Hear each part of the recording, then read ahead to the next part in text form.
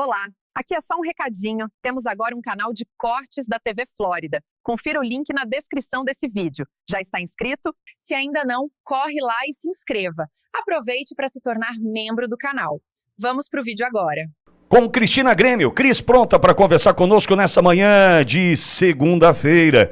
Cris, queria te ouvir sobre o resultado da manifestação de ontem, sobre as falas, ali naquele caminhão ontem na Avenida Paulista. Acho que era importante ouvir, Cris. Eu já fiz a minha fala aqui com relação ao número de pessoas, que ali estavam na Avenida Paulista, certamente menor do que a última, onde você estava também, menor, mas uma pauta importante de apoio ao presidente Bolsonaro, no momento onde ele se mostra nitidamente preocupado com o futuro, lembrando que no Supremo, na primeira turma, fase de alegações finais, e em agosto, o julgamento e a provável condenação do presidente Bolsonaro. Cris, bom dia.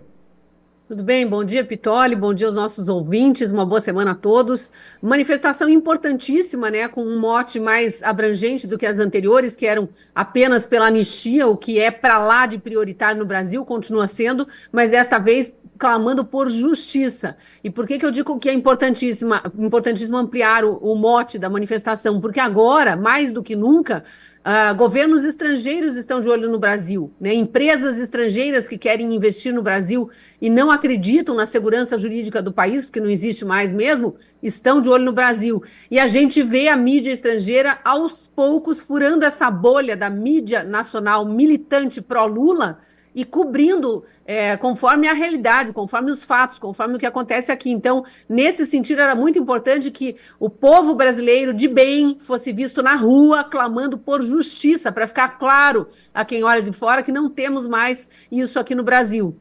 O presidente, num tom ali um pouco mais comedido em relação a críticas ao STF, a gente entende por quê, mas deixando muito claro, mais uma vez, a importância das eleições de 2026, de termos atenção a quem vamos eleger, porque esses sim vão talvez restabelecer o Estado de Direito no Brasil, é pelo que nós lutamos também, Pitoli, todos os dias, através da boa informação, da opinião honesta, embasada em fatos, e não na militância política e muito menos em verbas governamentais abastecendo os veículos onde trabalhamos. Não existe isso aqui na Auri Verde, então não compactuamos com jornalismo pichuleco, e a gente viu falas contundentes dos demais parlamentares que estiveram lá presentes, governador Tarcísio, muito pontual, muito preciso, lembrando exatamente o que acontecia no governo Bolsonaro, como era controlado o gasto público, como as estatais deram lucro, porque esse dinheiro não gasto, não esbanjado nas estatais, ajudou o Brasil a sobreviver à pandemia, a economia brasileira sobreviveu à pandemia de uma forma muito melhor do que países estrangeiros com mais experiência até em driblar crises econômicas. Então, as falas todas muito importantes. E pela primeira vez, vocês já destacaram aqui também, mas o presidente Bolsonaro também não se colocando como o protagonista das eleições de 2026, embora ele esteja lutando, sim, não só para provar sua inocência em relação a essa farsa do golpe, esse teatro dantesco que a gente está vendo no STF, mas também por saber que ele é o maior líder da direita no Brasil e que a direita quer o presidente Bolsonaro na disputa, mas ele se colocando ali como talvez não seja eu o candidato, já abrindo brecha para que a população, para que os eleitores dele considerem um nome possivelmente indicado por ele mais para frente, caso ele não consiga restabelecer seus direitos políticos. Agora, Cris, diante disso tudo, o que me preocupa é que nós temos hoje e aí é importante te ouvir com relação a esse tema. Até foi uma fala do pastor Silas Malafaia com relação a uma direita prostituída, de uma direita que tem se vendido, uma direita que passa longe daquilo que a gente quer para nós do ponto de vista de representatividade no parlamento. Ataques desmedidos a quem de fato quer lutar, enquanto que outros tentam passar ali meio que de escanteio para não se comprometer com o sistema, Cris. A gente vê muitos analistas avaliando essa fala como uma crítica aos eleitos pela direita que estão no Congresso sem lutar pelos valores e pelas causas da direita. A gente vê muito isso, Não foi o caso agora da votação acachapante contra o desgoverno Lula em relação ao IOF, né? Mas a gente viu em outros momentos importantes parte da direita votando, por exemplo, a favor da nomeação de Flávio Dino para o STF. Né, mais um desses que estão tiranizando a população brasileira, perseguindo a direita e criminalizando pessoas inocentes no tribunal errado. Eu gosto sempre de enfatizar, né? Por que a gente fala em farsa dantesca? Não só pela narrativa construída, inventada de um golpe de Estado que nunca existiu, mas por esse julgamento falso. Esse julgamento que não deveria ter sequer valor jurídico, porque não está sendo feito no tribunal correto. Então, o termo jurídico para isso é o tribunal é incompetente para julgar pessoas sem foro privilegiado. Mesmo que fosse para julgar aqueles milhares de inocentes sem provas, não é naquele tribunal. E eu cito Flávio Dino aqui porque é por acaso quem estava no cargo de ministro da Justiça, assistindo de camarote a manifestação do 8 de janeiro, como ele fez questão de frisar no programa fantástico da Rede Globo no domingo seguinte, e não fez nada, pior do que isso, ainda escondeu as imagens que seriam a prova do crime que eles insistem que existiu e que não existiu.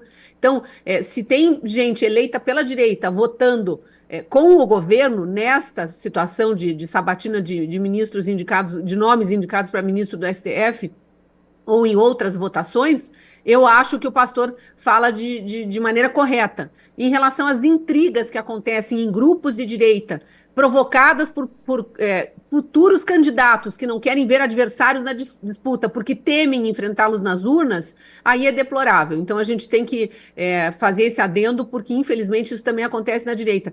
E só para terminar esse comentário, Pitoli, sempre que eu me coloco numa mesa de debates, e tenho participado de muitas pelo interior do estado na minha pré-jornada aí para o Senado também, e as pessoas falam, por que a esquerda é tão unida e a direita é tão desunida? Eu digo, eu não afirmo isso e não aconselho que continue repetindo isso. A esquerda é extremamente desunida, só que a esquerda vive sob tirania, eles são controlados. Quem ousar se opor a qualquer mando da esquerda, a gente sabe o que acontece, né? Celso Daniel que o diga. Então a gente precisa realmente parar com esse discurso de que a esquerda é unida. Não é. Os seres humanos têm pensamentos diferentes, têm linhas de raciocínio diferentes, mas a gente está junto em termos de direita ou esquerda, defendendo as mesmas causas e os mesmos valores. Então, eu não gosto de colocar nesses termos, mas há sim desunião dentro da direita, infelizmente, e muito por carreirismo político de alguns protagonistas aí que querem ser os donos, os únicos no debate, né? Mas isso não vai acontecer, o eleitor, ele tem consciência, o eleitor hoje tem fontes de informação variadas e ele pode olhar a coerência da fala e dos atos de cada um desses atores políticos aí para escolher os seus candidatos, os seus representantes em eleições futuras, ou já fez isso no passado também, sabe muito bem quem está atuando a contento ou não. Ô, Cris, eu até peço desculpas, eu não te acreditei inicialmente como uma tiraninha. Eu esqueci, né, de falar a tiraninha Cristina Grêmio conversando conosco agora. Desculpa, viu, Cris?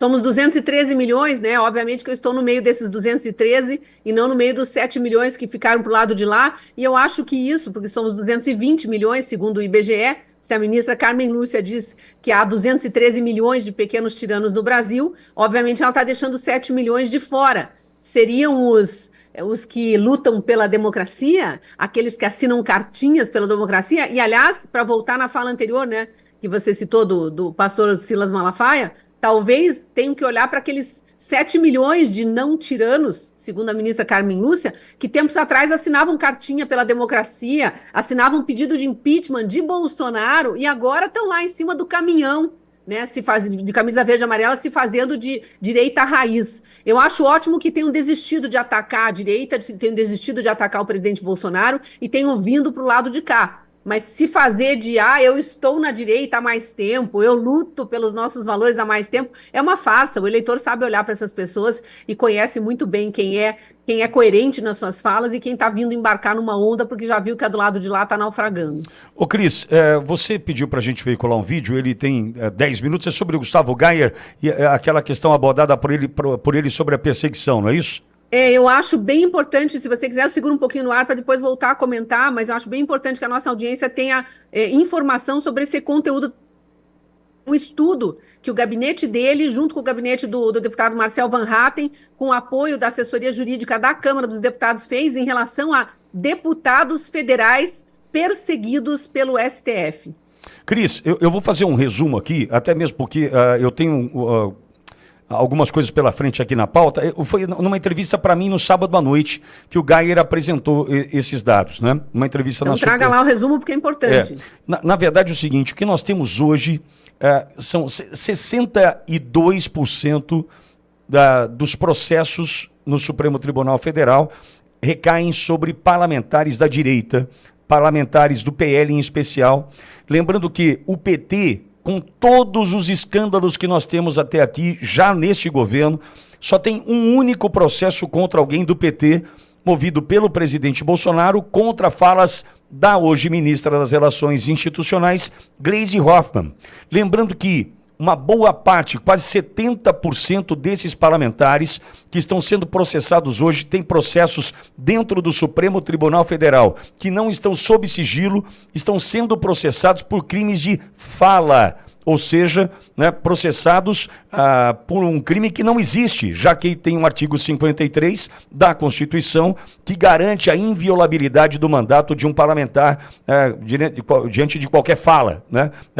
A gente está colocando na tela agora, viu, Cris, os dados apresentados pelo Gustavo Geyer ao longo da sua fala no último sábado aqui, mostrando o tamanho da perseguição.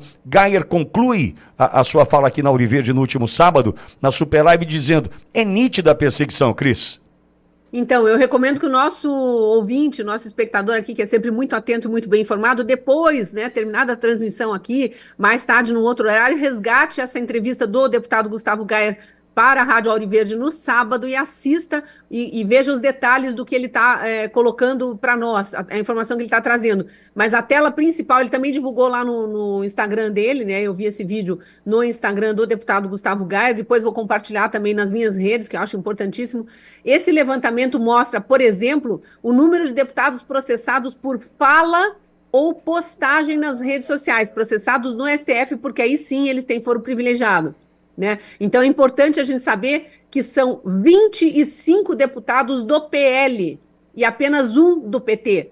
Aí tem outros deputados de outros partidos, assim, 5 do PP, 2 do Partido Novo, 2 do MDB, 2 do Avante, 2 do União Brasil, 1 do Republicanos, mas apenas um do PT e um do PCdoB. Vocês acham mesmo, audiência, aqui é uma colocação para reflexão, vocês acham que de tudo o que os petistas falam, o que os extremistas de esquerda falam nas redes sociais e na tribuna, apenas uma fala de um deputado se exacerbou para levar um processo no STF e 25 do PL, 5 do PP, 2 do Novo, 2 do MDB, Avante, União Brasil, tudo 2 republicanos. Não é possível que isso seja verdade.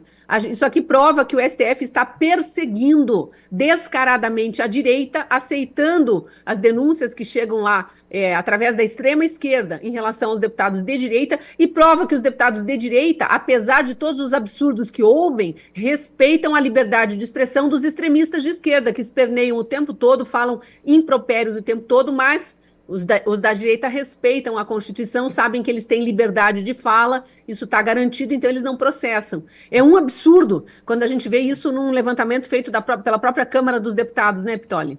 Sem dúvida, Cris. Inclusive, durante toda a sua fala, nós ilustramos aqui, cobrimos a tua fala com os slides enviados pelo Gustavo Geyer no sábado para a gente ilustrou em cima exatamente do que você trouxe como informação e análise para a audiência da Ouro Verde Brasil, viu, Cris? Bem importante, porque corrobora o que a gente viu na semana passada, que é o avanço da censura no Brasil, né? Querem calar os deputados, mas querem nos calar também, a nós, os 213 milhões de pequenos tiranos, segundo Carmen Lúcia. Sabemos que não somos tiranos e sabemos exatamente quem atua como tirano, como algoz, e está tentando acabar com calar a nossa voz e acabar com a nossa liberdade de expressão. Enquanto ainda existir um resquício, eu sempre digo, estaremos aqui falando e alertando sobre os abusos cometidos pelo STF, aparelhado por Lula, Dilma e Temer, que foi eleito pelos petistas, né, junto com a Dilma em 2014, porque foram esses que aparelharam o STF para colocar o tribunal nesse estado de exceção, para que o tribunal colocasse o Brasil nesse estado de exceção que vivemos hoje. Cris, tiraninha. Boa semana para você, Cris. Obrigada, lutando sempre pela liberdade de expressão. Um beijo para todos. Obrigado. Cristina Grêmio conosco. Se você chegou até aqui, é um bom sinal. Para assistir os vídeos completos, acesse nosso site ou baixe nosso aplicativo totalmente grátis.